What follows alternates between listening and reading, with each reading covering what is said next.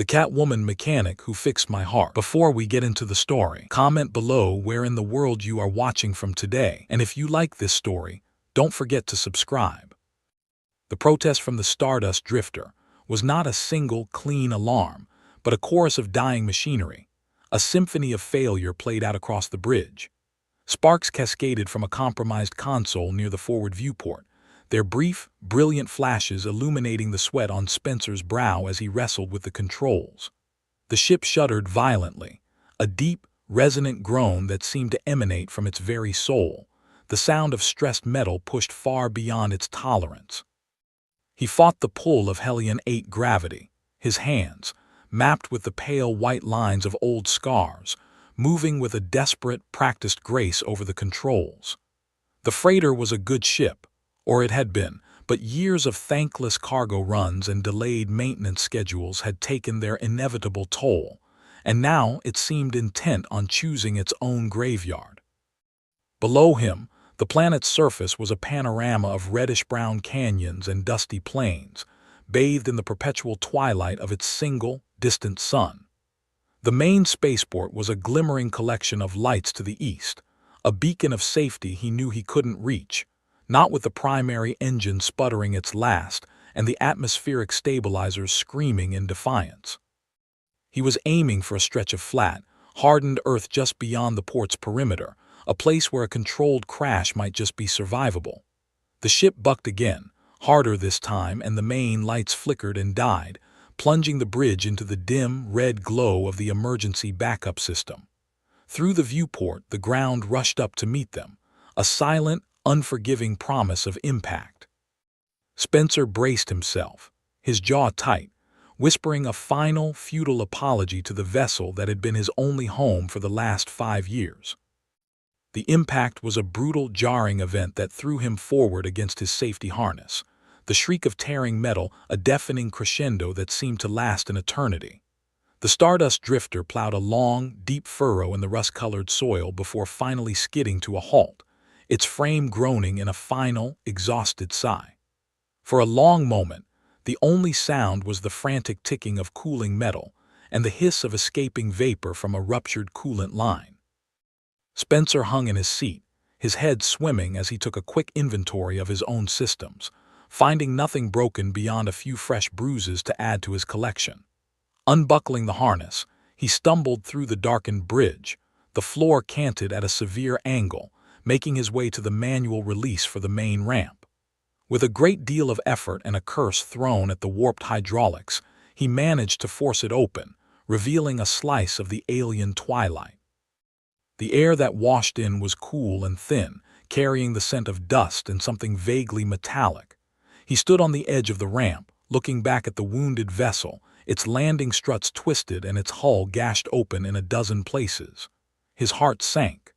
This was more than a simple repair job. This was a resurrection, and resurrections were never cheap. His credit chip felt impossibly light in his pocket, a hollow reminder of his depleted finances. He had just enough for port fees and maybe a week's worth of rations, a far cry from the fortune this kind of damage would command. Still, there was no other choice. He had to find help, or his life as a freighter pilot was well and truly over. After a long walk that did little to improve his mood, Spencer found his way to the administrative hub of the Hellion 8 spaceport, a functional but bleak collection of prefabricated buildings. The port authority was unsympathetic to his plight, directing him to a public terminal listing the local repair and maintenance services. He scrolled through the list, his hope dwindling with each entry. The big, corporate shops with their gleaming logos and promises of certified technicians were out of the question. Their initial diagnostic fees alone would bankrupt him. He kept scrolling, past the mid-tier outfits and the specialized component dealers, until he reached the very bottom of the list. There, with no logo and only a simple text entry, was Gus's Repair and Refuel.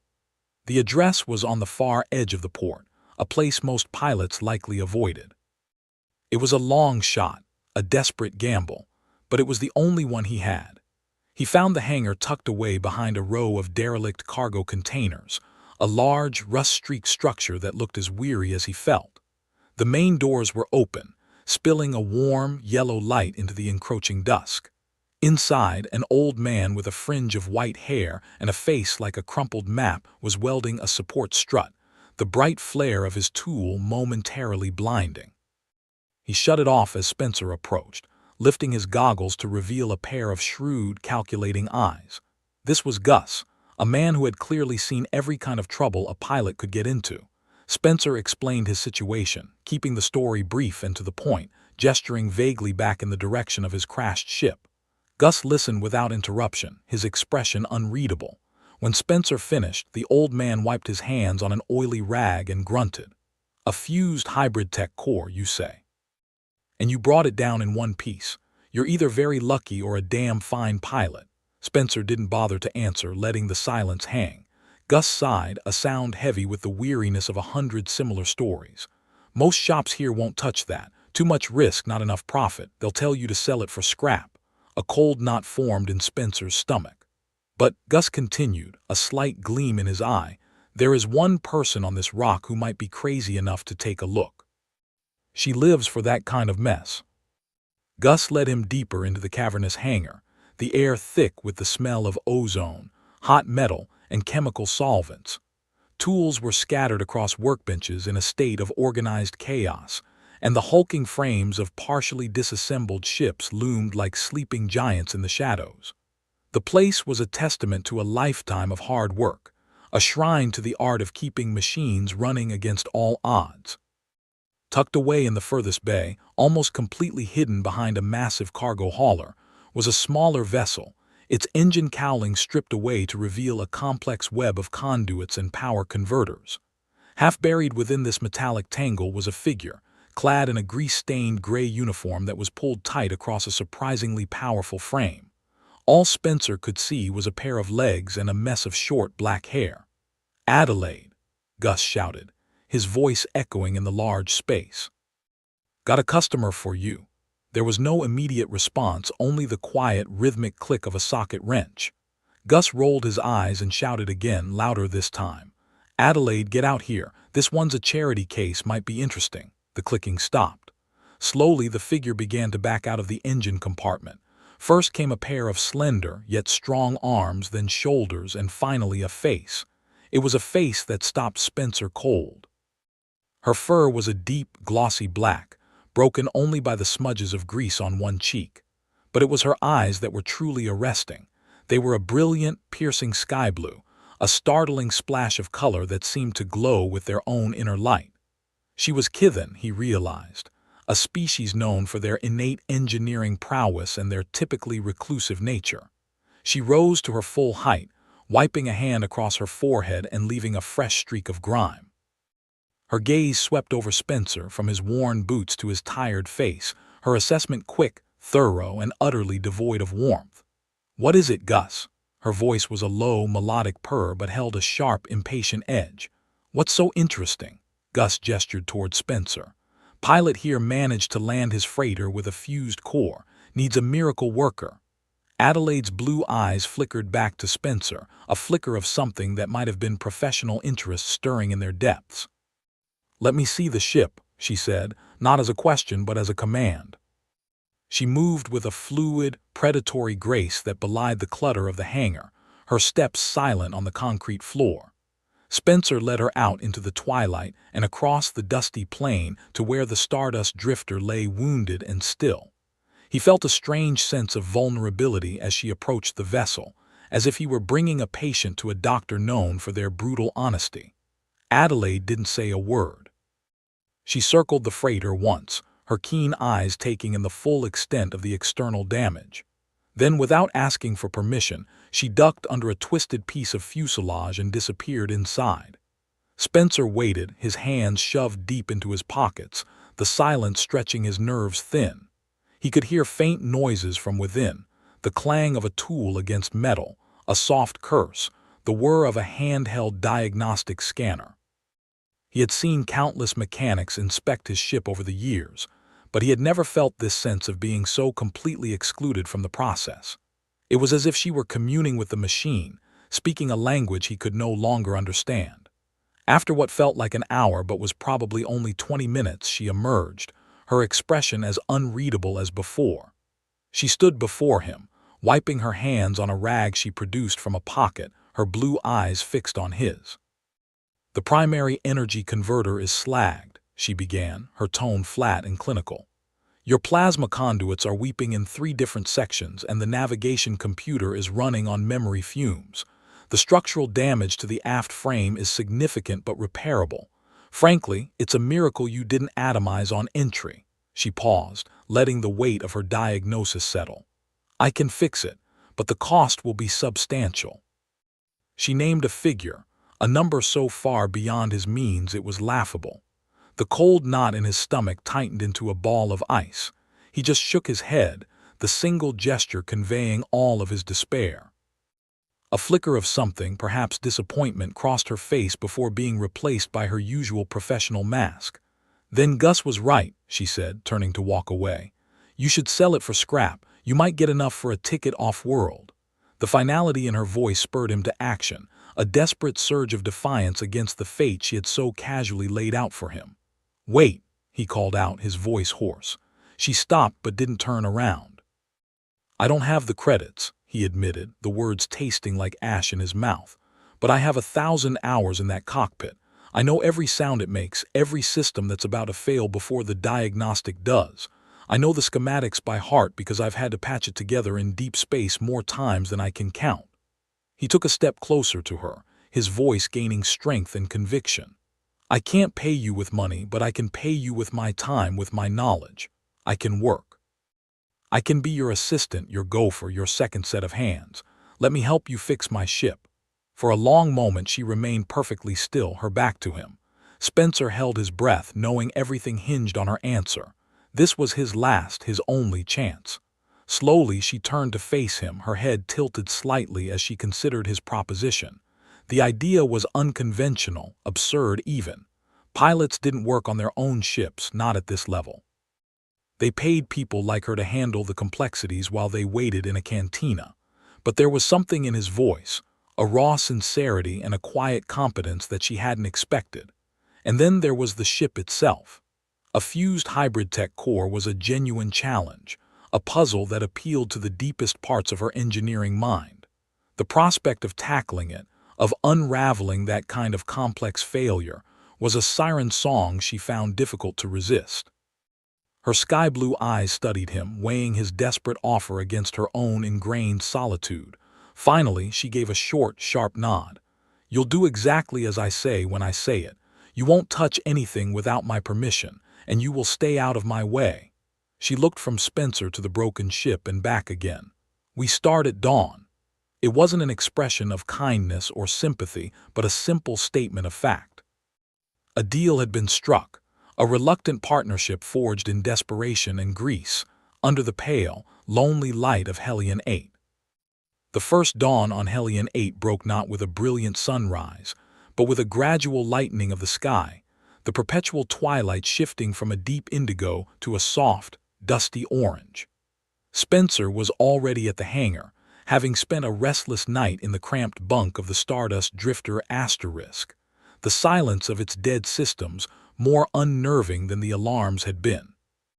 He found Adelaide already at work, a portable floodlight casting a harsh glare on the exposed engine core of his ship, which they had managed to tow into her bay late the previous night. She was a focused blur of motion, her black fur catching the light as she moved, her lithe form contorting to reach deep within the ship's guts. She didn't acknowledge his arrival with a greeting, but simply pointed a spanner towards a large, open crate of components. "Inventory and clean every one of those power converters," she ordered, her voice slightly muffled by the machinery around her. "I need to know exactly what's salvageable and what's scrap. Use the ion bath over there and don't dissolve the seals." It was a tedious, painstaking job, but Spencer set to it without complaint, understanding it was both a necessary task and a test. He laid out the components on a clean workbench, his scarred hands moving with a methodical precision that was the complete antithesis of Adelaide's whirlwind approach. While he carefully cataloged each piece against the freighter's digital schematics, which he had pulled up on a datapad, She worked by a combination of instinct and savant-level genius, her ears occasionally twitching as if she could hear the very flow of energy through the dead circuits. Their first conflict arose before the day reached its midpoint.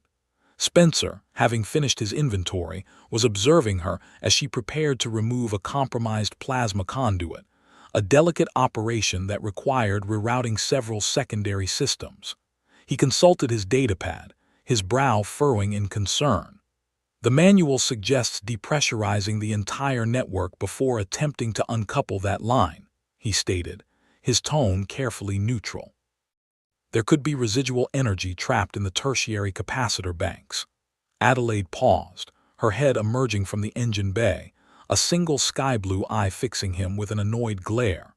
The manual was written by engineers who assume the pilot is an idiot and the mechanic is a robot following a script.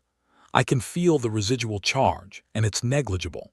If I follow the standard procedure, it will take 3 hours to bleed the system and another 3 to recharge it.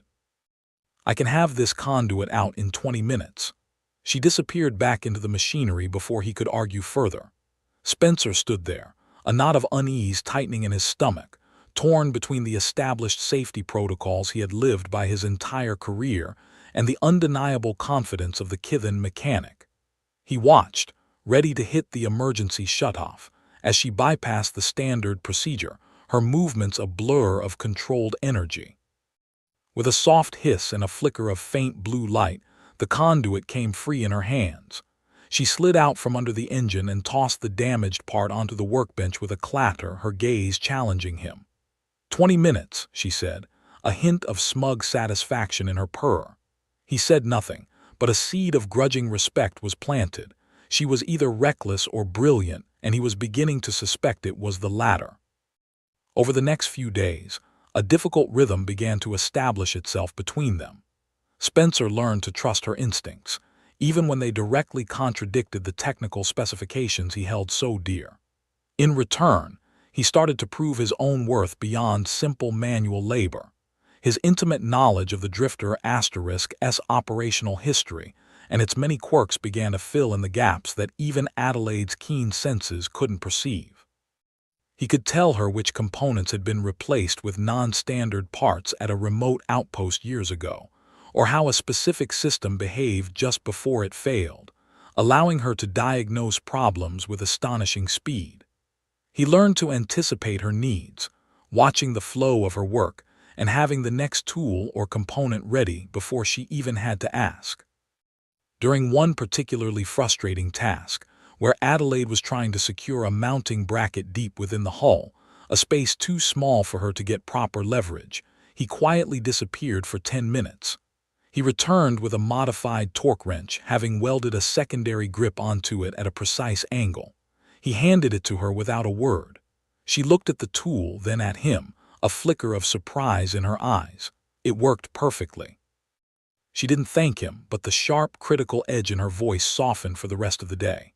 Even Gus, who would occasionally wander over to observe their progress with a critical eye, seemed to notice the change in their dynamic. "Saw the tool you rigged," the old man said to Spencer one afternoon, while Adelaide was running a deep-level diagnostic. "Not bad for a stick jockey. You might have a knack for this." The gruff compliment was more rewarding than Spencer would have admitted. The fragile truce they had built was tested and then solidified late one night, deep into their second week of work. They were tackling the most difficult part of the repair, recalibrating the energy flow to the newly installed converter core, a process that required them to work in perfect synchronization. Adelaide was deep inside the engine, her voice a disembodied command from a small comm unit, while Spencer manned a control console on the hangar floor, carefully adjusting power levels according to her instructions. The hangar was quiet save for the low hum of the ship's auxiliary power and their own voices. "Increase the flow to the primary inhibitor by 0.05%, Adelaide's voice crackled. "Easy now, just a touch." Spencer's fingers moved delicately over the console, his eyes glued to the energy readings. The numbers stabilized and he let out a slow breath. "Stable," he reported. "Looks good from here." He was about to ask for the next step when a loud bang echoed through the cavernous space, and the world plunged into absolute blackness. The hum of the ship died, the lights on his console vanished, and the ambient glow of the hangar's work lamps was extinguished. A power coupling for the entire sector had blown, a common enough occurrence on an outpost as old as Hellion 8.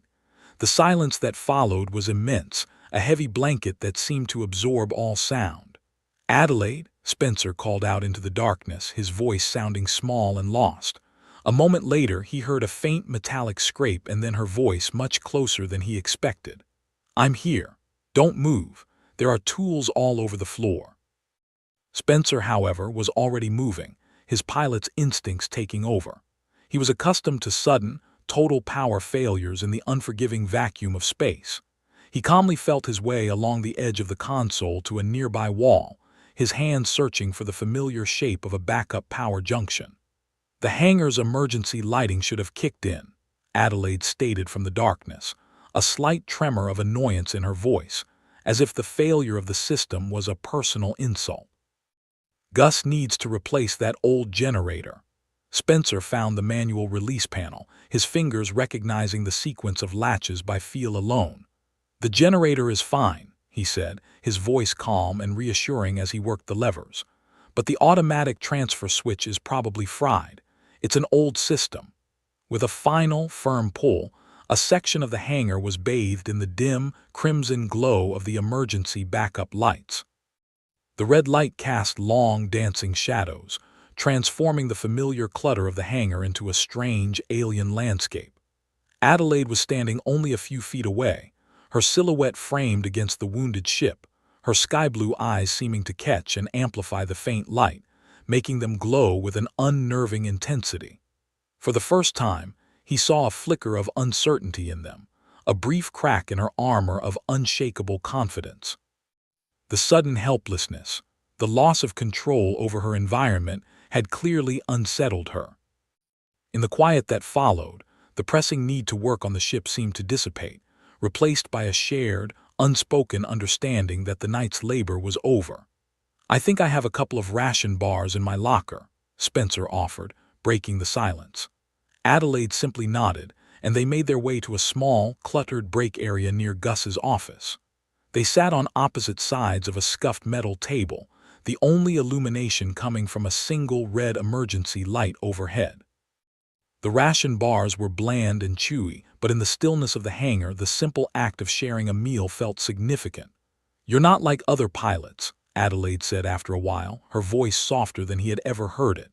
"They bring their ships in, throw their credit chips on the counter, and expect everything to be perfect. They don't know the first thing about what makes them fly." Spencer shrugged, looking down at the half-eaten bar in his hands. "A ship is a partner, not just a tool. You have to understand it to trust it." He paused, then looked at her. "You're good at this, better than anyone I've ever seen. Is this all you've ever wanted to do, fix other people's mistakes?" Her gaze drifted away from him towards the shadowed hulk of a freighter in the next bay. "For now," she said quietly. "One day I'm going to build my own ship, from scratch. No compromises, no cutting corners. A vessel designed perfectly for what it's meant to do, something fast and resilient and free." The passion in her voice was unmistakable, a powerful current running just beneath her guarded surface. He saw in that moment not just a mechanic, but a creator, an artist whose medium was metal and plasma. His eyes drifted down to his own hands, resting on the table. The red light seemed to accentuate the web of pale scars that crisscrossed his knuckles and palms. Adelaide's gaze followed his. "What happened to your hands?" she asked, her voice gentle, devoid of its usual sharpness. Spencer was quiet for a long moment, the memory rising unbidden. "It was my first freighter, the Comet's Tail Asterisk," he began, his voice low. "We were hauling raw ore out of an asteroid field when we got hit by a micrometeorite swarm. It breached the engine room. My co-pilot, a young kid named Ren, was trapped inside behind a collapsed bulkhead. He traced one of the longer scars with his thumb. The fire suppression system failed. I went in after him. The heat was intense. I managed to pull him out, but the ship was a total loss. And Ren, he didn't make it." He fell silent, the old pain a familiar ache in his chest. He had never told anyone the full story before. He looked up to find Adelaide watching him, her expression one of quiet empathy. She didn't offer empty platitudes or apologies. She simply nodded, a gesture of understanding that meant more than words ever could. In that shared silence, in the dim red light of the broken hangar, the last of the walls between them crumbled. They were no longer just a pilot and his mechanic, but two lonely, scarred individuals who had found a moment of unexpected connection in the quiet dark. The work on the ship was what brought them together, but they were beginning to realize they were repairing something far more important than just metal and wires. The days that followed the power failure settled into a new and surprisingly comfortable cadence, a quiet harmony of shared purpose. The awkwardness that had defined their initial interactions had melted away under the heat of the plasma welder and the shared satisfaction of progress. Spencer found himself looking forward to the early mornings in the hangar, to the moment when Adelaide would arrive, nodding a brief greeting before diving into the day's problems with a fierce, unwavering focus. They worked with an efficiency that bordered on telepathic. He would see her reach for a specific diagnostic tool and have it in her hand before her fingers closed on empty air. She would anticipate his questions about a system's tolerance levels and have the answer on her lips before he could fully form the query. The massive, complex puzzle of the Stardust Drifter *S engine was slowly but surely being solved, and with each newly fitted component and sealed conduit, the tension between them eased further. One afternoon, he brought her a steaming mug of a bitter, stimulating beverage the locals favored, setting it down on a clear spot on her workbench. She paused, looking at the mug and then at him, a flicker of genuine surprise in her sky-blue eyes. She gave a small, almost imperceptible nod of thanks and took a sip, the gesture feeling more significant than an hour of conversation. The hangar, once just a workplace, was beginning to feel like a shared space, a sanctuary from the harsh dust of Hellion 8, and the silence that often fell between them was no longer a void but a comfortable quiet, filled with the hum of machinery and the steady rhythm of their work. This fragile peace was shattered by the sound of a ship unlike any other that frequented Gus's remote corner of the spaceport. It was not the familiar, grumbling roar of a cargo freighter or the high-pitched whine of a courier vessel. It was a deep, predatory purr that vibrated through the concrete floor of the hangar. Spencer looked up from the wiring schematic he was studying, a cold premonition snaking its way up his spine. Through the wide-open hangar doors, he saw the vessel descend, a craft of polished black composite, its lines sharp and aggressive, looking utterly alien and menacing amidst the rust-streaked, functional ships it now shared the tarmac with. It landed with a whisper-quiet precision that spoke of immense power and obscene expense. The boarding ramp lowered with a hiss, and a single figure emerged, silhouetted against the perpetual twilight. The man who walked towards them was a perfect match for his ship. He wore a tailored suit of a dark, light-absorbing material that seemed to mock the grease and grime of the hangar. His hair was perfectly styled, and he moved with a fluid, confident grace, his expensive boots making no sound on the dusty ground. He was a creature of sterile corporate boardrooms and shadowy back alleys, and his very presence felt like a contamination of their hard-won sanctuary. Gus, who had been overseeing a fuel transfer in the next bay, saw the man approaching and his jovial expression hardened into a flat, wary line. He caught Spencer's eye and gave a subtle, almost invisible shake of his head, a clear warning that trouble had just docked.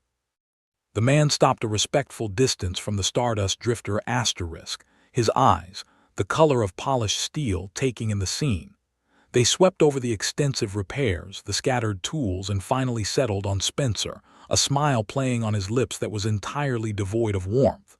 "Quite a mess you've made," the man said, his voice smooth and cultured, each word precisely articulated. "I was told the * Drifter had a minor engine malfunction. This looks rather more significant."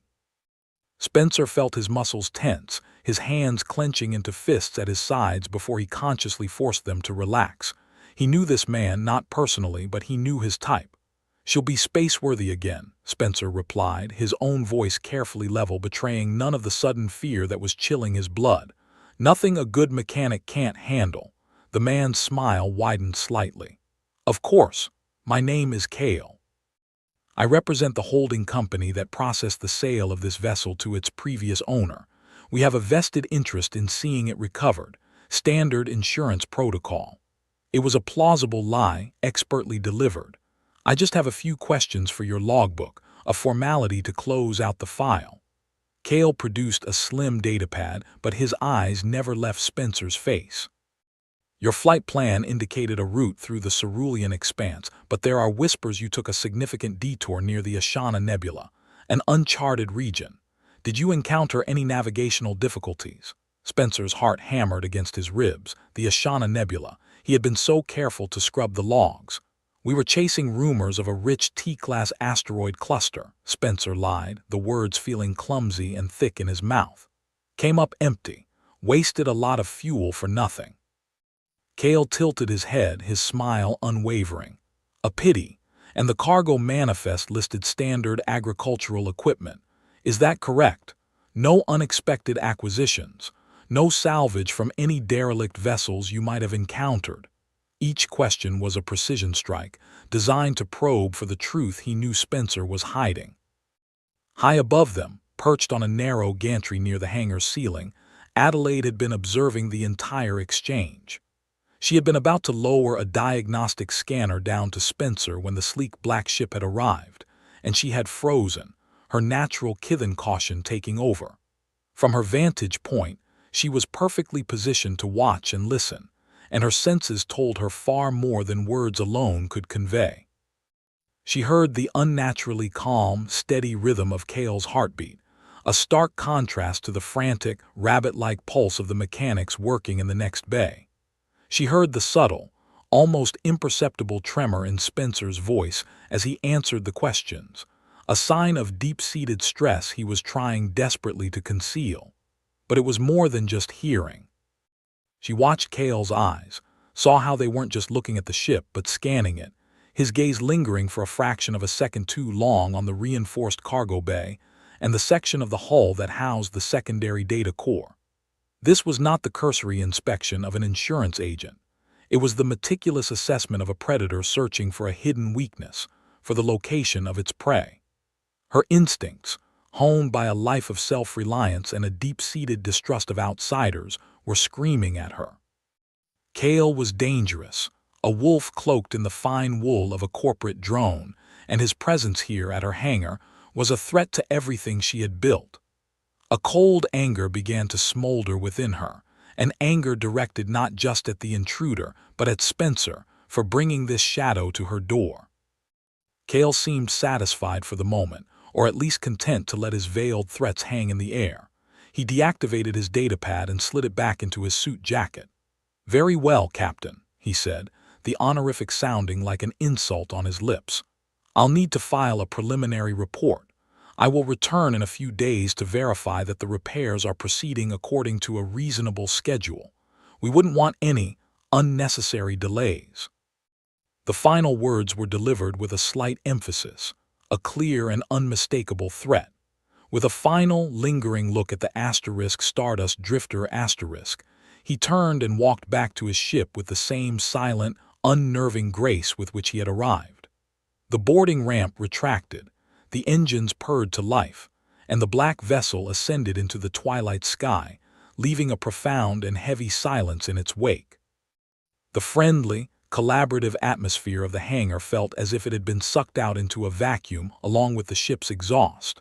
Spencer stood frozen for a long moment, watching the ship disappear, the brief conversation having undone weeks of progress in rebuilding not just his freighter, but his own peace of mind. He tried to pick up the wiring schematic, but his hands were shaking slightly. He took a deep breath, attempting to shove the encounter into a locked box in the back of his mind, trying to pretend it was just a minor annoyance, a bureaucratic hurdle. But he knew it was a lie. The past he had been running from had just found him. He had barely turned back to the ship when Adelaide descended from the gantry, her movements swift and silent.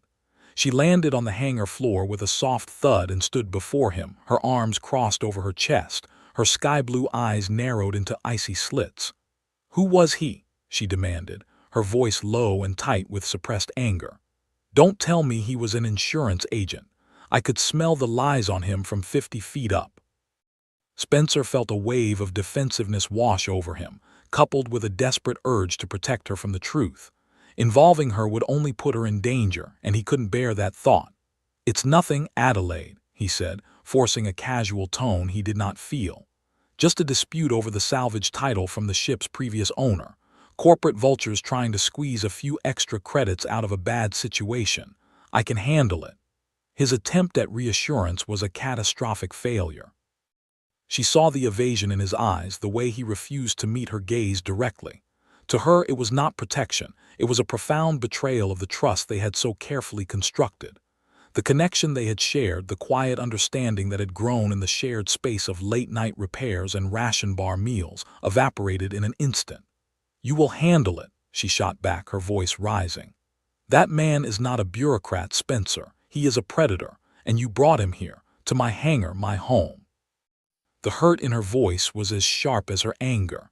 "I made a deal with a broke pilot, not with whatever criminal enterprise you're tangled up in." His secrecy was a wall that slammed down between them, instantly rebuilding the distance he had worked so hard to dismantle. He wanted to tell her everything, to explain the data core and the impossible promise of the *Odyssey*, but the words caught in his throat. He couldn't risk it. He couldn't risk her. "It's my problem," he said, his voice firm, a desperate attempt to shield her. "I won't let it affect you or your work." But it was already too late. The damage was done. Adelaide stared at him for a long, cold moment, her expression hardening into the inscrutable, professional mask he remembered from their first meeting. She looked at him as if he were a stranger again, a liability, a problem to be managed rather than a partner to be trusted. Without another word, she turned her back on him and walked over to her workbench, picking up a tool and turning her attention to a complex piece of machinery, her movements precise and detached. The easy collaboration was gone, replaced by a frigid professional courtesy that was somehow worse than open hostility. The work continued, because the work had to continue, but the spirit had fled the hangar. The space between them was once again filled with a heavy, oppressive silence, but this time it was not the silence of comfort or understanding. It was the silence of secrets, of doubt, and of a trust that had been offered, accepted, and then carelessly broken. And as he watched her work, her shoulders rigid with unspoken anger, Spencer felt a profound and chilling sense of loss. The air in the hangar for the next 24 hours was colder than the vacuum of deep space, a frigid, oppressive atmosphere that no amount of welding or power generation could warm. The easy rhythm they had found was gone, shattered into a million sharp pieces. They worked in a determined, bitter silence, moving around each other with a careful precision that spoke of deep-seated animosity. Every clank of a dropped tool, every hiss of a pneumatic wrench, echoed in the vast space like a gunshot, amplifying the tension that stretched taut between them. Spencer tried to bridge the chasm his secrecy had created, offering a tool she didn't need or a quiet comment on a power fluctuation, but his words were met with a wall of indifference. Adelaide would take the tool without looking at him or offer a curt, one-word answer before turning her back, her entire posture a study in rejection. She moved with a controlled fury, her focus on the ship so absolute that it seemed she was trying to physically will it back into health, as if finishing the job was the only way to purge the poison of his presence from her sanctuary. For Spencer, each silent hour was a fresh torment.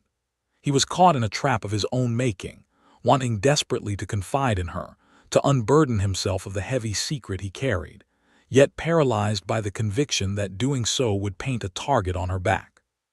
He watched her work, the fluid grace of her movements, the intense concentration in her sky-blue eyes, and felt a profound ache of regret, knowing he had single-handedly destroyed the most genuine human, or rather, kithen, connection he had felt in years.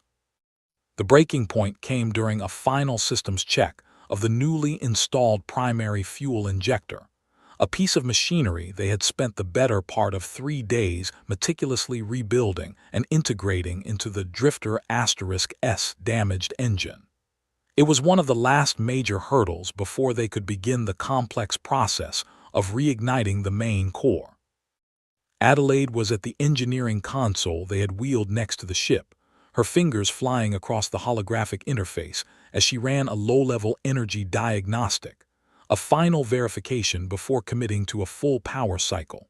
Spencer stood by, monitoring the physical component for any signs of vibration or overheating.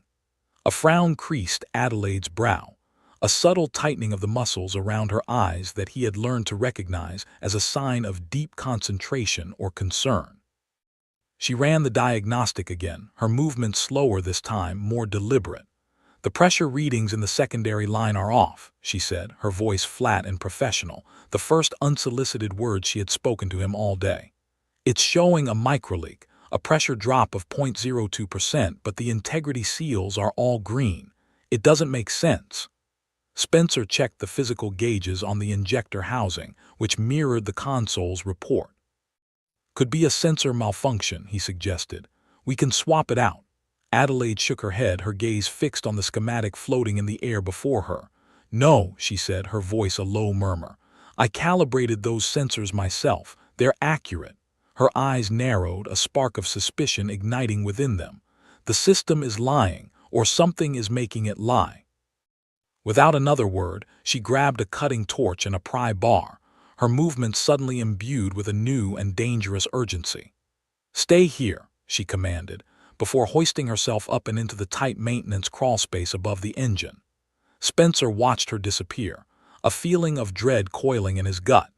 He could hear her working, the sharp scrape of metal on metal and the brief, intense hiss of the cutting torch as she removed an access panel he knew was a nightmare to get to. Minutes stretched into an eternity, the silence from the crawlspace growing heavier with each passing second. He was about to call out to her when a single, perfectly round metal conduit, no thicker than his thumb, clattered onto the concrete floor at his feet. It was followed a moment later by Adelaide, who dropped from the crawlspace with a cat-like agility, landing silently. Her face was a mask of cold, controlled rage, her black fur seeming to bristle with fury. In her hand she held a second piece of the conduit, and she held it out for him to see. "Your corporate vultures have been busy," she snarled, her voice a low, menacing growl that sent a shiver down his spine. He looked at the piece of pipe in her hand. The cut was clean, precise, almost surgical. It wasn't a fracture from stress or a rupture from pressure. It was a deliberate, calculated act of sabotage. Worse, the cut had been made on the underside of the pipe, in a position where it would be completely invisible to a standard visual inspection, and the slight separation was just enough to create a minuscule, almost undetectable leak, but not enough to trigger a primary system alarm. "It's the secondary coolant line for the injector," she explained, her voice dripping with ice. "Under low pressure, it barely registers, but the moment we initiate the core ignition sequence, the pressure would spike. This line would rupture completely. It would have flooded the entire engine compartment with hypercombustible coolant." She paused, letting the full weight of her words sink in. "The resulting explosion would have vaporized this entire bay, and us along with it." She saw the genuine shock and horror dawn on his face, but it did nothing to quell the fire of her rage. She threw the severed piece of pipe at his feet, where it landed with a sharp clang that echoed the shattering of their partnership. "This is what your business dispute has brought to my home, Spencer," she spat, her voice ringing through the hangar. "This isn't about credits or salvage titles. That man, Cale, he didn't come here to negotiate. He came here to keep this ship grounded permanently. And when his questions didn't work, he sent someone back to make sure of it." She took a step closer, her sky-blue eyes blazing with a righteous fury that made him flinch. "You lied to me. You stood there and you fed me some pathetic story about corporate vultures while knowing you had brought a killer to my doorstep. This is not a game. This is not some problem you can handle. This is an execution order, and your secrecy almost made me a casualty." She stabbed a finger at his chest. "I want the truth, not another one of your pathetic, self-serving lies. You will tell me everything right now. Who are you? What is so important about this rust bucket of a ship that someone is willing to kill us both to keep it from flying? You tell me, or I swear I will walk out of this hangar, seal the doors behind me, and leave you and your secrets to be buried together. The ultimatum hung in the air between them, absolute and unbreakable. There was no negotiation in her voice, no room for compromise. He had reached the end of the line, and the only path forward was through a truth he had guarded for so long. Spencer looked from the fury in her eyes to the evidence of sabotage lying on the floor, and the last of his resistance crumbled. The weight of his secret, of the long months of running and hiding, of the ghosts of his dead crew, finally became too much to bear alone. He sank down onto a nearby crate, the strength seeming to drain from his legs, and buried his face in his scarred hands. The silence was thick with her expectation, with the hum of the hangar that now sounded like a funeral dirge. When he finally looked up, his face was a portrait of exhaustion and defeat.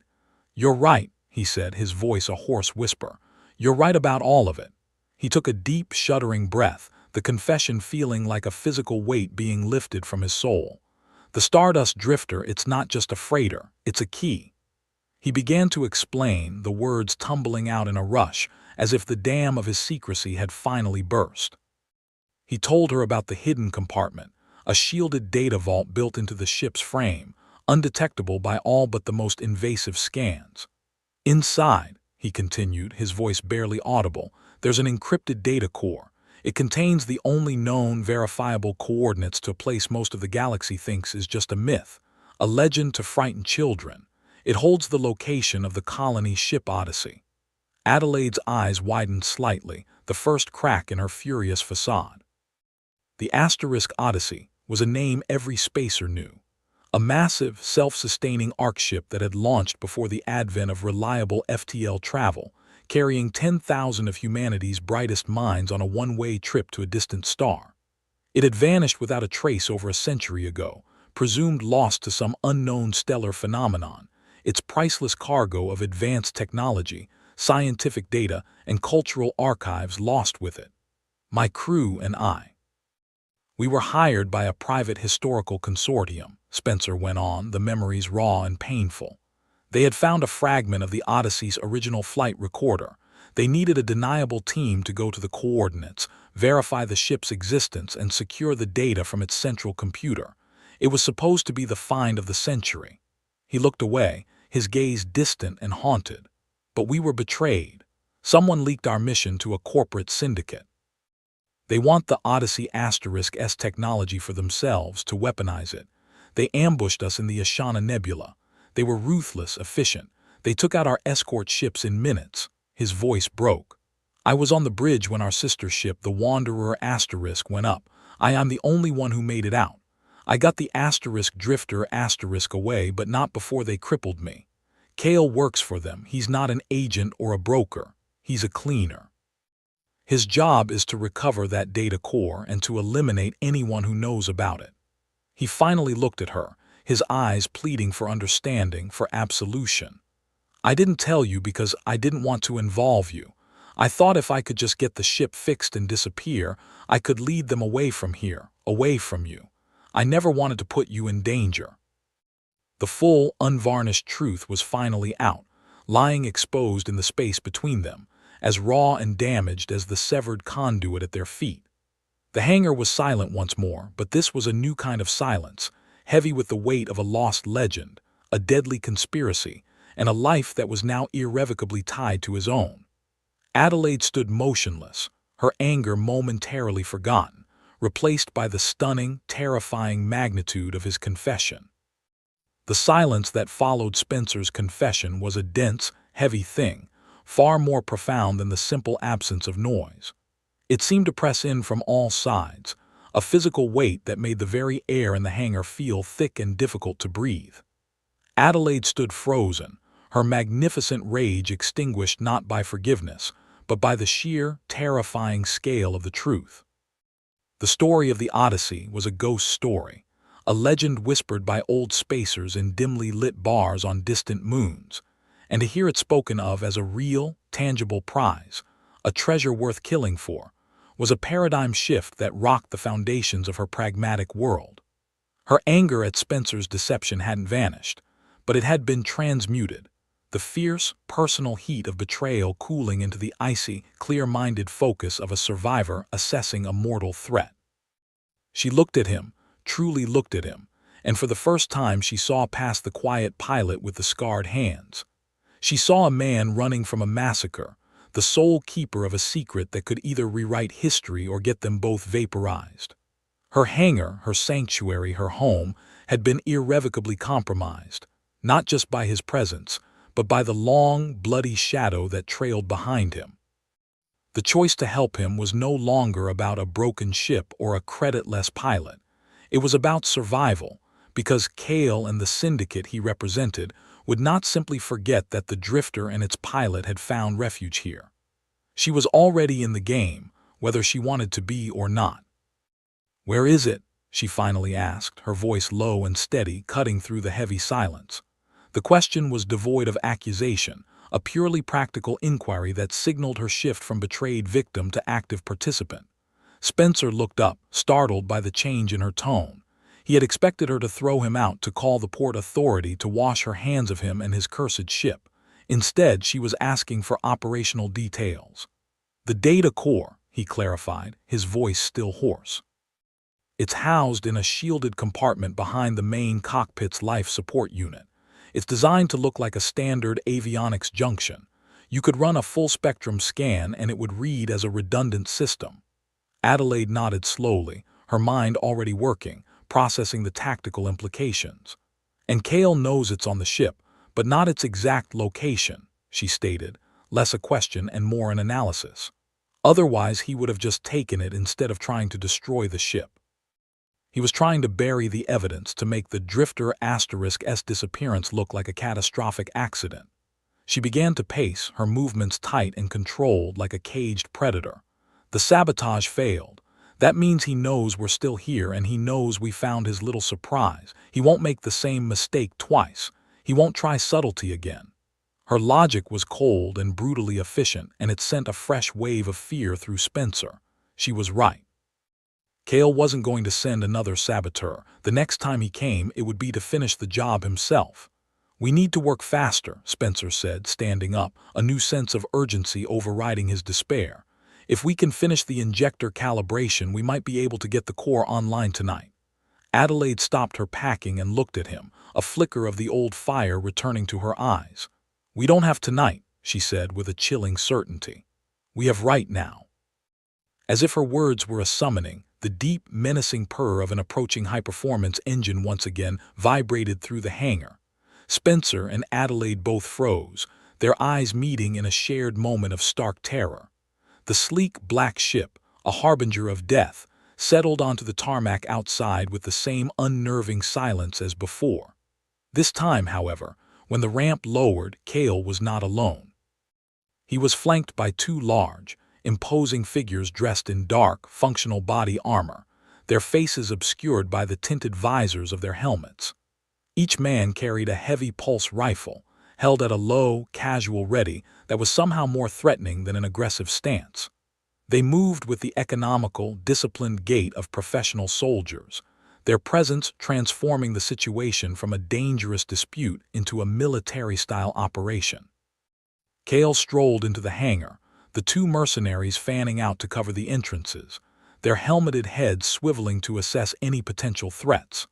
The polite, corporate mask Kale had worn during his first visit was gone completely, replaced by an expression of cold, predatory arrogance.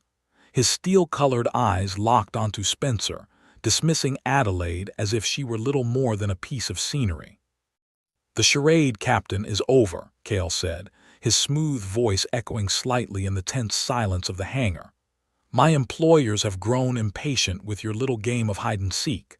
I am here for the data core. You will give it to me now, and in return, I will grant you a quick, clean death, a courtesy I did not extend to the rest of your crew." Spencer placed himself slightly in front of Adelaide, a protective gesture that was as instinctive as it was futile. "You're not getting anything," he said, his voice tight but steady. The two mercenaries raised their rifles, the targeting lasers painting small, crimson dots on his chest. The moment stretched, a fragile bubble of time that felt ready to pop. It was Adelaide who broke the spell. With a speed that seemed to defy physics, she grabbed a heavy, discarded wrench from a nearby workbench and hurled it not at Kale, but at the main lighting control panel on the far wall. The wrench struck with a tremendous crash of sparks and shattering plastic, plunging the entire hangar into the dim, disorienting red glow of the emergency lighting system. In the same instant she moved, a blur of black fur in the crimson gloom, not running for cover but scrambling up the side of a massive, half-assembled cargo lifter, her powerful limbs finding purchase on struts and cabling as she ascended into the dark, cavernous rafters high above. The sudden chaos was the only opening Spencer needed. He dove forward, not at the mercenaries, but at Kale, tackling the man around the waist with all his strength. The move was pure desperation, a pilot's brawling tactic, but it was effective. Kale, caught completely off guard, stumbled backward with a cry of surprise, his elegant suit no match for the raw force of the assault. They crashed to the floor in a tangle of limbs, and Kale's ornate, high-caliber sidearm clattered across the concrete, skidding into the shadows beneath a workbench. One of the mercenaries turned to track Spencer, but before he could acquire a target, a massive engine block, suspended from a chain hoist high above, suddenly came crashing down. Adelaide, perched precariously on a steel beam, had found the hoist's manual release lever. The block, weighing several tons, slammed into the concrete floor directly between the two thugs, shattering the ground and sending up a cloud of dust and debris. The impact didn't hit them, but its sheer concussive force threw them off balance, giving Spencer the precious seconds he needed. He rolled away from the sputtering, cursing Kale, and came up with a heavy-duty pry bar in his hand. The second mercenary, recovering faster, leveled his rifle. Spencer didn't hesitate. He charged, not at the man, but at a massive, wheeled cargo container standing nearby. He slammed his shoulder into the container's side, putting all his weight behind it. The container, its locking wheels unlatched, groaned and then began to roll on its track, its immense bulk moving with a slow, unstoppable momentum. The mercenary, his attention divided between Spencer and the threat from above, realized his mistake too late. He was pinned between the rolling container and a structural support pillar, the pulse rifle clattering from his grasp as the air was crushed from his lungs. He slumped to the ground, unconscious and out of the fight. The remaining mercenary, seeing his partner fall, opened fire, sending a volley of bright energy pulses searing through the air where Spencer had been a moment before. The shot struck a stack of fuel canisters, which thankfully were empty, but the impact sent them clanging and tumbling across the floor, adding to the cacophony. From her perch in the rafters, Adelaide saw her chance. She shimmied along the beam until she was directly above a large, industrial plasma welder that sat on a mobile power unit. It was an older, notoriously unstable model Gus refused to get rid of, one she knew had a faulty energy regulator. It was incredibly dangerous, but in that moment, it was the most powerful weapon she had. Hanging by one arm, she used a small, magnetized tool from her belt to pry open the welder's main access panel. With a surgeon's precision, she rerouted two of the primary power couplings, creating a direct, unregulated feedback loop to the main emitter. It was a move that would turn the tool into a volatile, short-range energy bomb. "Spencer, get down!" she screamed, her voice cutting through the noise. He heard her warning and, without question, threw himself behind the solid base of a hydraulic press. Adelaide let go of the panel, which swung shut, and pushed off the beam, dropping to a lower gantry just as the mercenary, drawn by her shout, looked up. He raised his rifle, but it was too late. The plasma welder, its safety protocols violently bypassed, began to whine, the sound rising in pitch from a low hum to a deafening shriek. A blinding, brilliant flash of blue-white light erupted from the welder, illuminating every corner of the hangar for a split second, a miniature sun that burned itself out in an instant. The light was followed by a concussive boom that was more sound than force, an electromagnetic pulse that shorted out the hangar's already failing emergency lights, and more importantly, the electronic systems in the mercenaries' armor and rifle. He cried out, staggering backward, temporarily blinded and completely disoriented, his high-tech weapon now just a useless lump of metal and plastic. While the mercenary was still reeling, Cale, having recovered his pistol from beneath the workbench, rose from the shadows. His suit was torn, his face was bleeding from a cut on his cheek, and the facade of sophisticated control had been completely stripped away, revealing the vicious, cornered animal beneath. He raised his weapon, aiming it squarely at Spencer, who was just beginning to rise from behind the press. But before he could fire, a shadow detached itself from the gantry above. Adelaide dropped down, landing on the mercenary's shoulders, her momentum driving him to the ground in a heap. She rolled off, coming up in a low crouch, and faced Cale, her teeth bared in a silent, feral snarl. Cale hesitated, his aim shifting between the downed Spencer and the Kithen who had single-handedly dismantled his professional support team. He saw the cold, murderous intelligence in her eyes and realized the fight was lost. With a final, venomous curse, he fired a single, wild shot that ricocheted off the ceiling, then turned and fled into the darkness, a wounded predator retreating to its lair. The sound of his ship's engines roaring to life was the signal that the immediate danger had passed. In the aftermath, the hangar was plunged into near-total darkness, the only light coming from the faint, orange glow of the planet outside. The silence that returned was filled with the sound of their own ragged breathing, the groans of the trapped mercenary, and the slow, steady drip of some leaking fluid. Spencer pushed himself to his feet, his body aching, and found Adelaide leaning against a workbench, taking deep, steadying breaths. They were both bruised, battered, and covered in dust, but they were alive. They had faced down a professional killer and his armed soldiers, and they had won not with superior firepower but with their wits, their knowledge of the environment, and a desperate, unspoken trust in each other. He walked over to her, his footsteps echoing in the wrecked hangar. The chasm of secrets and lies that had separated them just an hour before was gone, burned away in the heat of combat and washed clean by the blinding flash of the plasma welder. They didn't speak. They didn't need to. In the shared crucible of that desperate, violent struggle, their reluctant partnership had been forged into something new, something solid and unbreakable. It was an alliance, tempered in plasma fire and sealed in the silent understanding of survivors. As they stood together in the ruins of her home, they both knew that fixing the Stardust Drifter was no longer just about escape. It was about fighting back. The immediate aftermath of the fight was a disorienting tableau of darkness and debris, a chaotic landscape sculpted by their desperate struggle. The only light was the faint, ambient glow from the distant spaceport, filtering through the hangar doors and casting long, distorted shadows that made the wreckage seem to move with a life of its own. Spencer's first instinct was to check on Adelaide. He found her leaning against a workbench, the faint light catching the sheen of her black fur as she took deep, steadying breaths. He reached out, his hand hovering for a moment before he gently touched her shoulder, a silent question of her well-being. She looked up, her sky-blue eyes luminous in the gloom, and gave a slow, deliberate nod, the gesture conveying a shared exhaustion and a grim sense of victory that was far from triumphant. Their moment of quiet assessment was broken by a low groan from the other side of the hangar, a painful reminder that their victory had left behind living, breathing complications.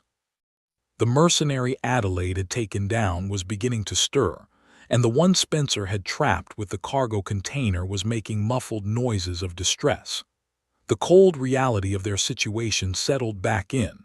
They had survived the attack, but now they had to manage the fallout, a task that felt almost as daunting as the fight itself. Working together with a newfound grim efficiency, they secured their prisoners, using heavy-duty industrial zip ties from a supply locker to bind the hands and feet of the two mercenaries. The man Adelaide had dropped from the gantry had a broken arm and a concussion, while the one pinned by the container was bruised and terrified, but otherwise unharmed.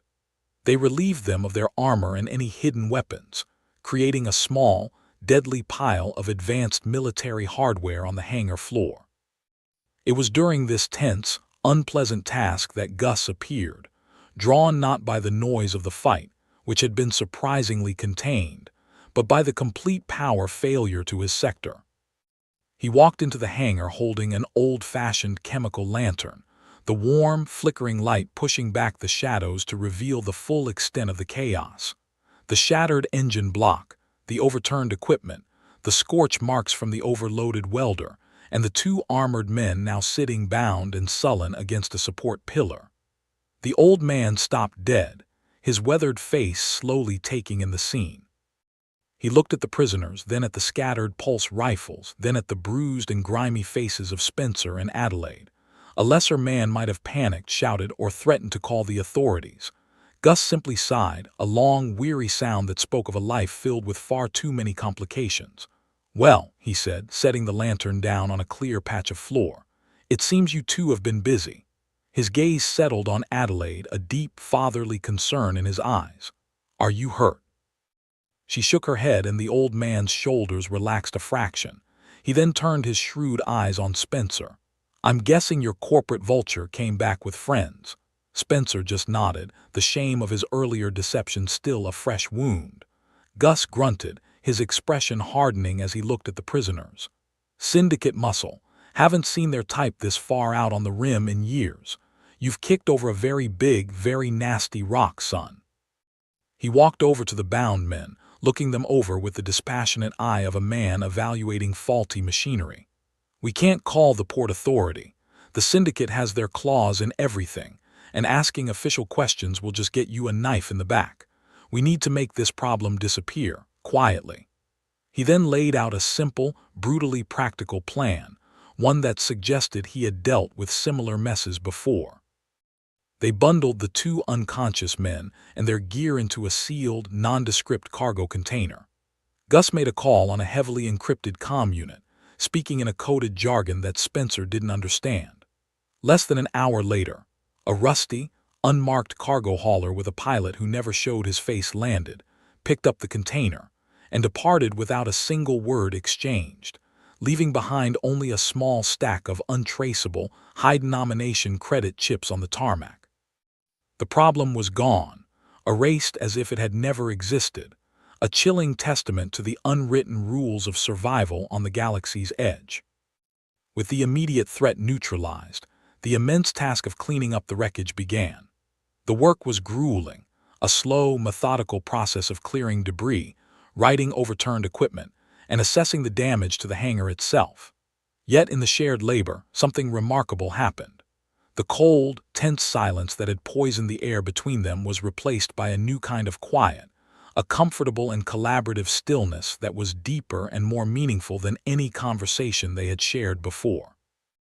They moved around each other with an effortless, practiced grace, a physical manifestation of the trust that had been forged between them in the heat of battle. Spencer would see Adelaide struggling to lift a heavy, twisted piece of metal, and he would be there, adding his own strength without a word being spoken. She, in turn, would notice him trying to decipher the hangar's damaged power grid, and she would appear at his side, pointing to the correct junction and explaining the system's quirks with an easy familiarity. The hangar was her home, and in helping her put it back together, Spencer felt as though he were mending the breach his secrets had created, rebuilding not just the physical space, but the very foundation of their connection. They worked through the rest of the night and into the next twilight cycle, pausing only to share a silent meal of reconstituted food packs, their exhaustion a shared bond that drew them closer still. Once the hangar was restored to a semblance of order, they turned their full, undivided attention back to the Stardust Drifter asterisk. The work now possessed a desperate, driving urgency that had been absent before. Kale was still out there, and he would be back. Their survival depended entirely on their ability to finish the repairs and flee Hellion 8 before the Syndicate could mount a more overwhelming assault. The collaborative spirit born from cleaning the hangar now infused their technical work. Gone were the arguments over schematics and procedures. Spencer's deep, intuitive knowledge of his ship and Adelaide's unparalleled engineering genius merged into a single, hyper-efficient force. He would describe a subtle engine vibration he remembered from a past flight, and she would instantly translate that anecdotal data into a precise adjustment in the fuel flow matrix. She would hand him a complex diagnostic tool, and he would know instinctively how to operate it, his pilot's understanding of the ship's systems giving him a unique insight into its inner workings. During a long and delicate procedure to recalibrate the ship's gravity plating, they had to wait for a bonding agent to cure. They sat on the boarding ramp of the Drifter Asterisk, looking out at the dusty, orange-lit landscape of the spaceport. "I've seen 100 worlds like this one," Spencer said quietly, his voice carrying in the still air. "Dusty, forgotten places where people are just trying to get by. But I've also seen things you wouldn't believe. I saw a gas giant near the galactic core where the clouds crystallize at dusk, and it rains shimmering diamonds for an hour. I saw a nebula that looked like a giant, sleeping bird, its wings stretching across a dozen star systems." He fell silent for a moment. "But seeing it all alone, it makes the universe feel awfully big and empty sometimes." Adelaide listened, her gaze fixed on the horizon. "I've never left the Hellion system," she admitted, her voice soft. "Gus found me on a derelict transport when I was just a kid. He brought me here, gave me a home, a purpose. All I've ever known is engines and schematics. I look at a ship, and I don't see a vessel for exploring. I see a beautiful, complex system of interconnected principles. I see a puzzle. My dream to build my own ship, it wasn't about going anywhere. It was about creating something perfect, a machine that was in complete harmony with the laws of the universe." She turned to look at him, a new understanding in her eyes. "You see the art in the destination. I see the art in the journey itself, in the machine that makes it possible." The final piece of the puzzle was the navigation computer. The sabotage attempt had been focused on the engine, but the electromagnetic pulse from the overloaded welder had scrambled some of the more sensitive systems in the cockpit. They needed to perform a full recalibration, a delicate dance between software and hardware that required them to work in the tight, enclosed space of the Drifter S bridge. The air in the cockpit was close, filled with the scent of ozone and warm electronics as the ship systems came back online one by one, their status lights shifting from angry red to a hopeful amber, and finally to a reassuring, solid green. Spencer sat in his pilot's chair, his hands moving over the controls with a familiar, loving touch, while Adelaide knelt beside him, her own datapad linked directly to the ship's mainframe as she monitored the energy flow and rewrote corrupted lines of code.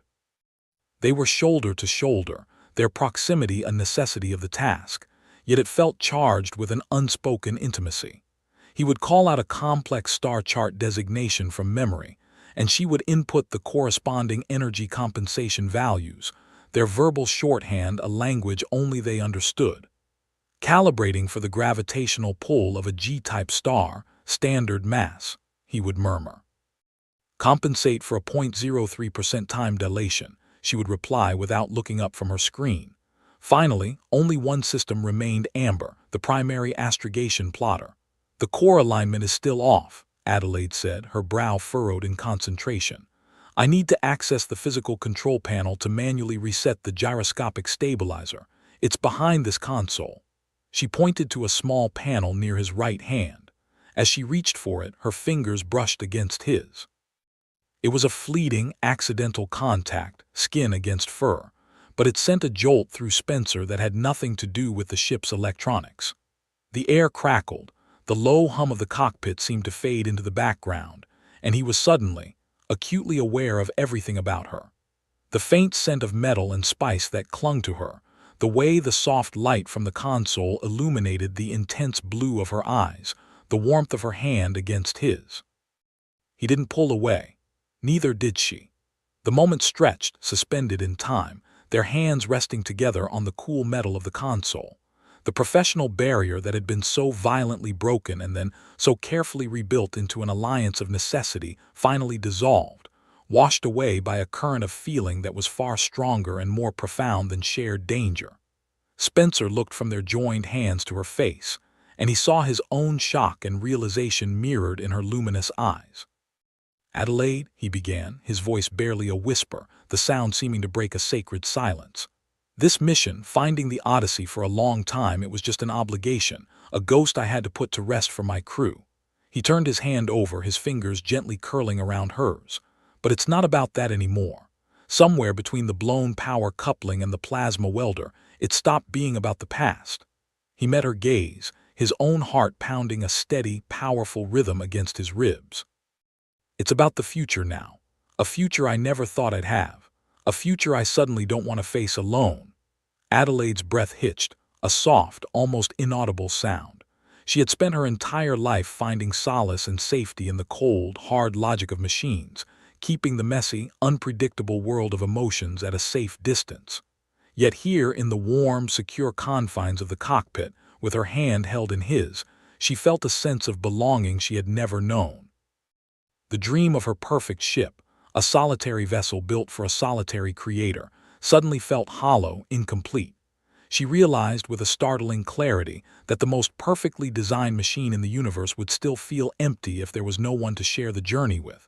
A slow smile touched her lips, a genuine, unguarded expression of warmth that made her entire face light up.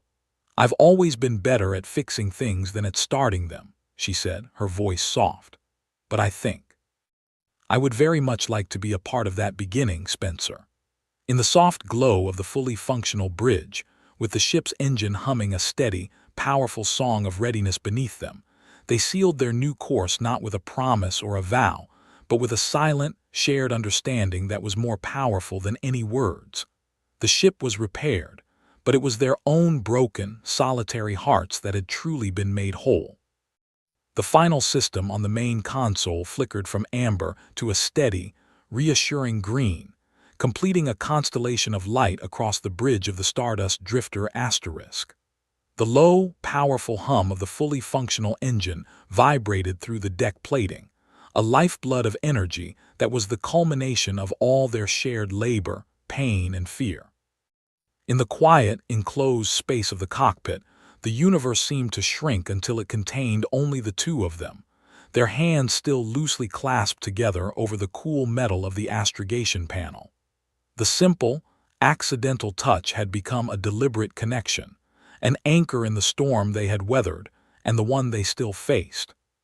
Spencer looked at Adelaide, truly seeing the incredible, resilient woman beside him, her fierce intelligence now softened by a vulnerability that he felt privileged to witness. The dream of the Asterisk Odyssey had been a solitary burden for so long, a ghost he was chained to, but now, sitting here with her, it felt transformed, no longer a haunting memory of loss but a beacon of a possible future. He knew, however, that this fragile peace was illusory. Cale was still out there, a predator nursing a wounded ego, and his failure would only make him more determined, more vicious. They couldn't simply launch and hope to outrun him. The Syndicate's reach was long, and a running fight would be a slow, agonizing death sentence. This had to end here on their terms in the place where it had all begun. He gave her hand a gentle squeeze, a silent communication that passed between them with an ease that felt as if it had been forged over years, not weeks. "He'll be back," Spencer said, his voice a low rumble that didn't disturb the cockpit's tranquility. "He won't just let us leave."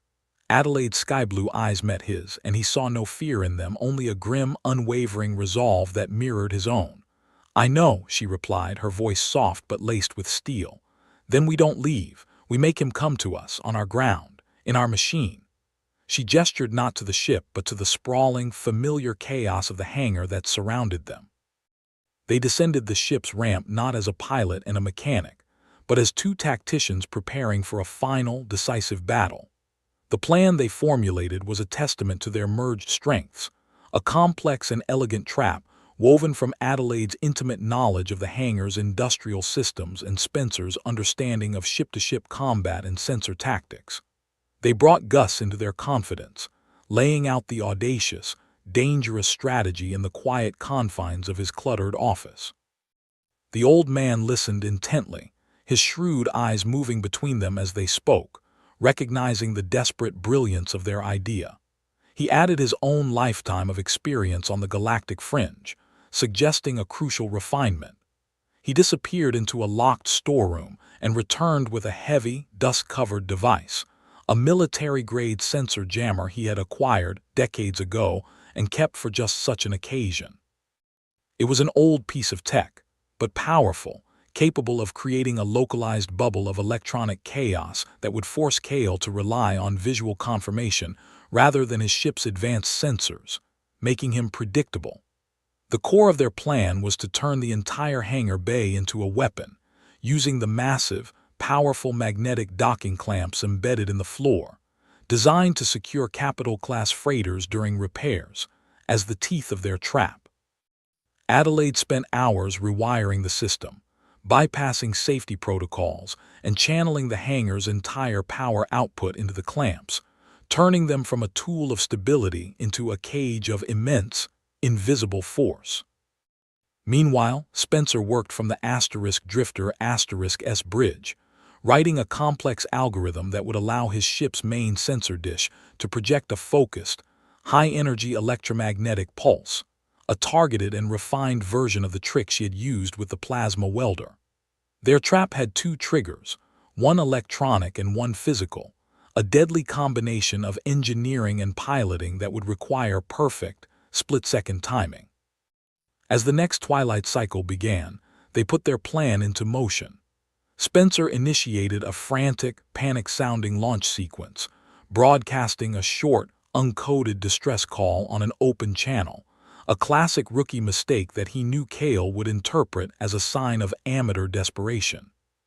To complete the illusion, Adelaide opened the valves on a tank of non-toxic, supercooled coolant, venting a massive, dramatic cloud of white vapor from the *Drifter**S stern that billowed out of the hangar doors, looking for all the world like a catastrophic engine leak. They were a wounded animal, making a clumsy, panicked bolt for freedom. The bait was set. They didn't have to wait long. The deep, predatory purr of Kale's ship cut through the air, arriving far faster than Spencer had anticipated. He had clearly been lurking in a low, stationary orbit, a patient spider waiting for the fly to stir in its web. The sleek, black vessel descended with aggressive speed, not bothering with landing protocols, its clear intent to block the hangar's entrance and pin the *Drifter in place. Gus activated the sensor jammer, and on Kale's bridge, his advanced tactical display would have dissolved into a wash of meaningless static, forcing him to rely on the view from his cockpit. He saw exactly what they wanted him to see, a damaged freighter in a cloud of vapor, seemingly dead in the water. He brought his ship down right in the center of the tarmac, a position of arrogant dominance, and crucially, a position that placed him directly over the network of Adelaide's repurposed docking clamps. The ramp lowered and Kale emerged, this time flanked by 4 heavily armed mercenaries, their numbers a clear indication that he was taking no more chances. He strode forward, a cruel, triumphant smile on his face, believing he had finally cornered his prey. "A valiant if pathetic effort, Captain," he called out, his voice amplified by his suit's external speaker. "But your journey ends here." From his seat on the *Drifter**S bridge, Spencer watched Kale's approach on the forward view screen, his heart pounding a steady, powerful rhythm. "Now, Adelaide," he whispered into his comm unit. Deep within the hangar's maintenance tunnels, hidden behind a service panel, Adelaide slammed her hand down on a crude, oversized activation switch she had wired directly into the power grid. For a fraction of a second, the lights in the hangar dimmed as every spare watt of energy was diverted into the magnetic clamps. Outside, there was no sound, no flash of light, but the effect was instantaneous and absolute. Kale's ship, resting on the tarmac, was seized by an invisible, impossibly strong force. The landing struts groaned under the strain, and the entire vessel shuddered as if gripped by the hand of a giant, its frame locked immovably to the ground. The mercenaries, caught by surprise, looked back at their ship in confusion. At the exact same moment, Spencer's fingers danced across his console, executing the final command of his algorithm. He diverted the *Drifter**S main power to the sensor dish, and a silent, invisible lance of pure electromagnetic energy shot across the tarmac, engulfing Kale's ship and his soldiers. The effect was devastating. The mercenaries' pulse rifles sparked and died in their hands, their advanced armor systems shorting out with a fizzle, leaving them as vulnerable as men in plain clothes. The lights on Kale's ship flickered and went dark, its engines choked into silence, its systems fried beyond any hope of a quick repair. He was stranded, his power, his technology, and his arrogance all stripped away in a single, silent, coordinated strike. Kale stopped, his triumphant smile melting into a mask of stunned disbelief as he realized the full extent of his defeat. He was trapped, his ship a dead husk, his soldiers disarmed, beaten not by superior firepower, but by a level of ingenuity he could not have possibly conceived. With Kale and his men now helpless prisoners, a problem they knew Gus and his discreet network would handle with permanent efficiency, the time had finally come for their own departure. The Stardust Drifter Asterisk, fully powered and humming with life, stood ready on the tarmac, its hull patched, its engine purring, a testament to their shared ordeal and ultimate triumph. Gus met them at the base of the boarding ramp, his weathered face etched with a mixture of pride and a deep, paternal sadness. He looked at Adelaide, his gaze lingering on the confident, capable woman she had become, and a rare, genuine smile touched his lips. "I always knew this place was just a cage for you, Addie," he said, his voice thick with emotion. "A good cage, I hope, but a cage nonetheless. You were meant to build things, yes, but you were also meant to fly in them." He held out a heavy, worn metal case. "I want you to have these." Adelaide opened it, and inside, nestled in custom-cut foam, was a complete set of exquisite, master-crafted engineering tools, each one perfectly calibrated and designed specifically for the delicate touch of a Kithen's hands. It was his life's work, his legacy, and the greatest gift he could possibly give. "Thank you, Gus," she whispered, her voice catching, "for everything." Gus then turned to Spencer, extending a calloused hand. "You take care of her, son," he said, his grip firm and strong. "She's tougher than Durasteel, but she's the only family I've got." Spencer met the old man's gaze and nodded. "I will," he promised, the two words carrying the weight of a solemn vow. It was a final, bittersweet farewell, the closing of a chapter, the quiet, poignant moment before a great and unknown adventure was about to begin. The Stardust Drifter lifted from the surface of Hellion 8, its ascent smooth and powerful, leaving the rust-colored dust and the memories of their struggle far behind. On the bridge, the universe opened up before them, a breathtaking tapestry of infinite black velvet sprinkled with the diamond dust of distant stars. Adelaide stood beside Spencer's chair, her hand resting on the back of it, a comfortable, proprietary gesture that spoke volumes. The lights of the spaceport dwindled until they were indistinguishable from the celestial bodies around them, and a profound, peaceful silence settled over the bridge. They had done it. They had survived, they had won, and they were finally free. Spencer looked away from the viewport and up at her, his heart full. "The offer still stands," he said quietly. "I need a co-pilot, someone who knows this ship even better than I do, someone I can trust with my life." A slow, brilliant smile spread across Adelaide's face, the smile he now knew was reserved just for him. "I think," she said, her voice a soft, contented purr, "that I can't let you fly this beautiful machine all by yourself. You'd probably scratch the paint." She moved to the co-pilot's station, its chair empty for so long, and settled into it as if she had been born for the seat. Her hand came to rest on the navigation console, just inches from his own. Together they looked forward, out at the endless sea of stars. The coordinates to the Odyssey were a secret locked away in the ship's data core, a destination for another day. For now, the journey itself was the treasure. With a shared, silent understanding, Spencer engaged the main drive, and the Stardust Drifter Asterisk, a vessel that had been broken and reborn, surged forward, carrying the woman who had fixed his ship and the man whose heart she had repaired into their own shared, limitless future.